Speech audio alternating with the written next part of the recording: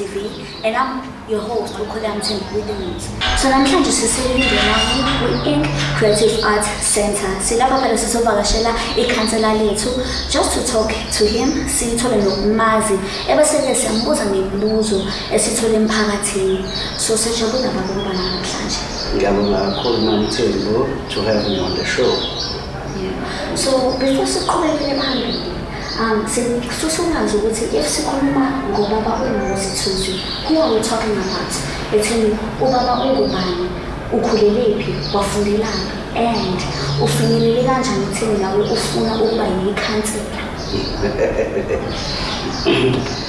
Umuzi kaYesethusi ukhulele eMnambithi.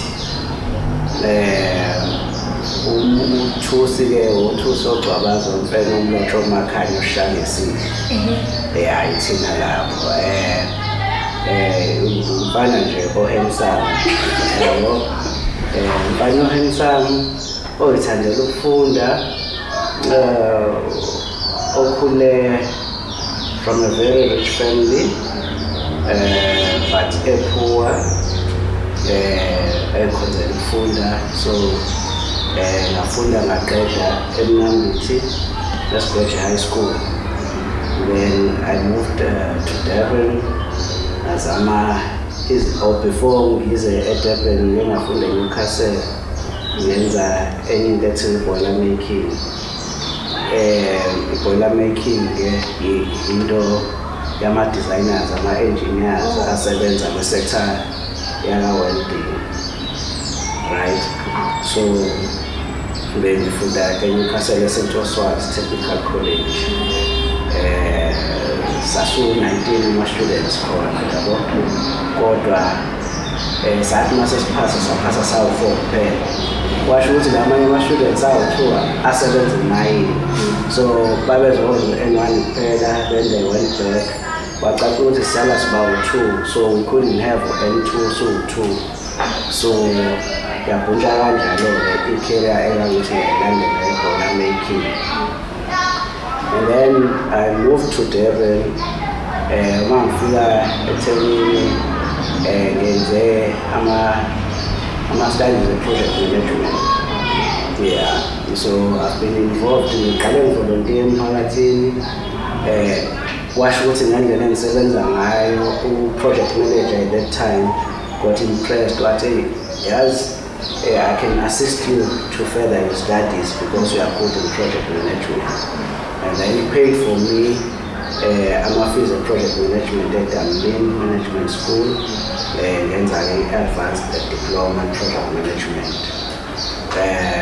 Later ngayenza ne-TV production, angisho ukuthi ningikahle, but ngiyenza i-TV production.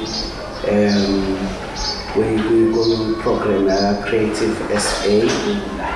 Yeah, and then I later enrolled ngangithi ngifuna ukwenza i-project management at-DUT, but I couldn't find a course engangayenza at that time project management. So ngifuna manje i-degree. Then I started doing management.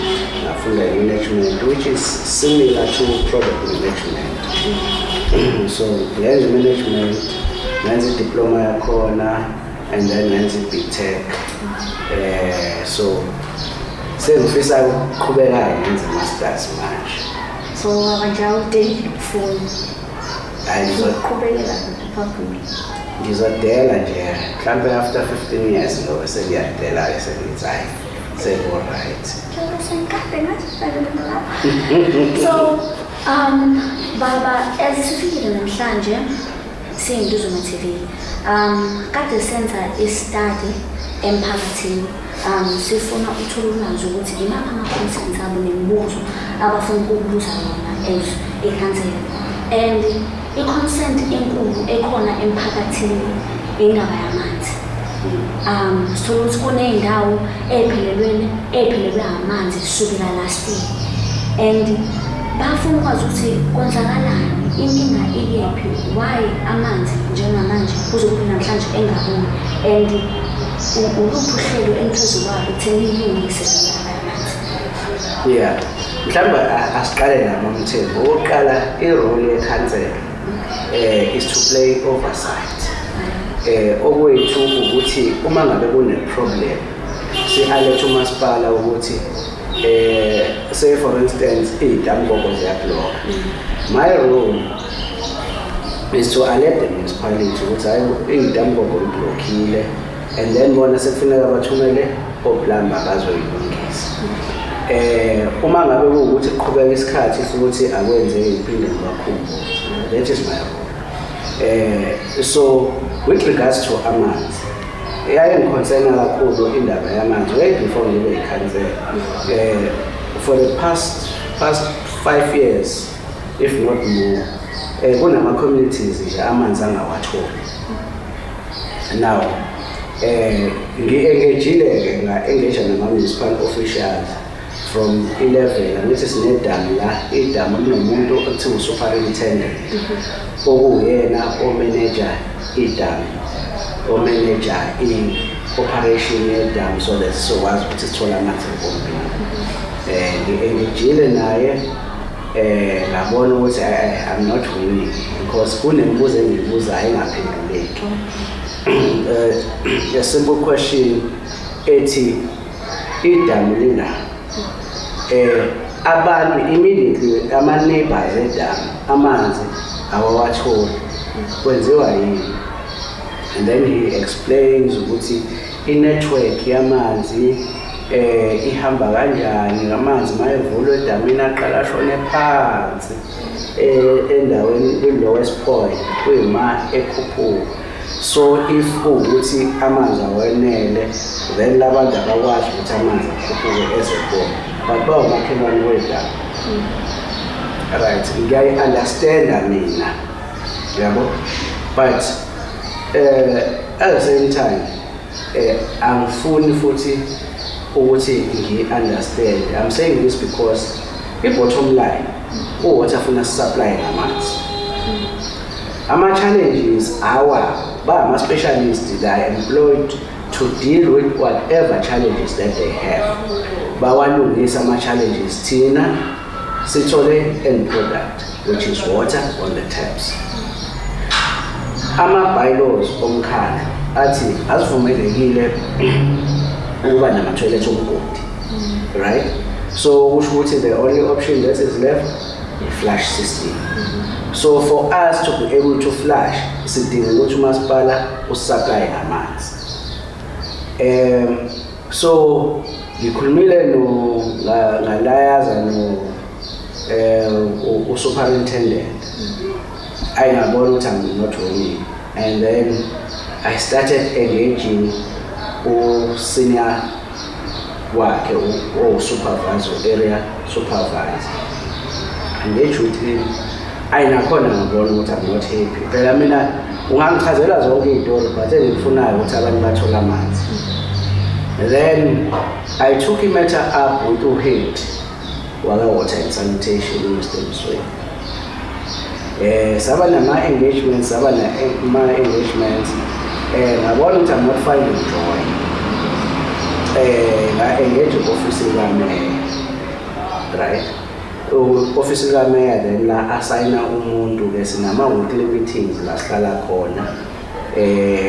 Sebe wachazile ama-problems ukuthi idamu lethu line-problem lo-1, no-2, no-3, which is fine, it's understandable. But engifunayo i-solution to that problem. Enye into engiyenzayo kunemphakathi ekuyayo ukuthi amanzi ngisho kuthiwa akhona-ke edamini. Leyo mphakathi ingawathola amanzi. So into engiyenzayo oplamba ngiyaye ngithi ngifuna oplamba ukuthi mangabe beza manje because always saying I oplamba sibathumele sengithe aba-reported me so that ngizophuma nabo ngibabone ngempela beyifixa leyo problem ekhona. Ukhulunywa ukuthi labantu amanzi abawatholi ngoba engekho kodwa mayekhona nabo bayawathola njengawo wonke amanye ama-citizens. Even today ukhona umfowethu ekuthiwa yi-sale or community liaison office waka water and sanitation. Bengimthathile ngimise ku-hot dog lapha kade kunekamgogo khona ey'hluphayo as well as naku-Jilo Crescent entuzongasini kade umthathile nje umkhombisa. These are the issues that we have reported, but they remain unresolved.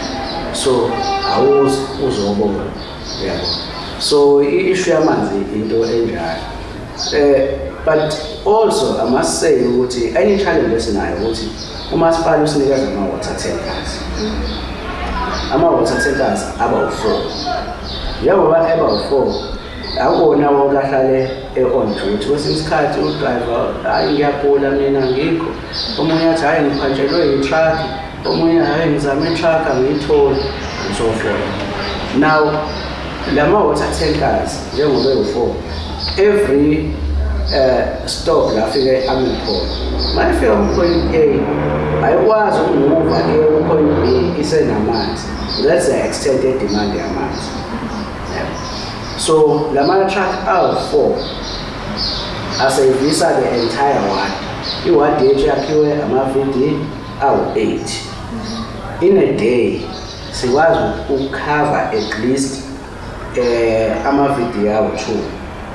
Kwenzakalani-ke uma ngabe kuwukuthi ngesikhathi i-truck ifike usesikoleni noma usemsebenzini noma uyagula noma usey'hlobeni, okusho ukuthi kuleyo side kulowo 3 days lowo ngeke uze wathola because awubanga khona ngalesi sikhathi i-truck ifike. Kunogogo abahamba ngenduku abadondolozelayo abangakwazi ukukha amanzi ukuzompintshana nabantu kuma-water tankers. Kunabantu aba-disabled abahamba ngama-wheelchairs.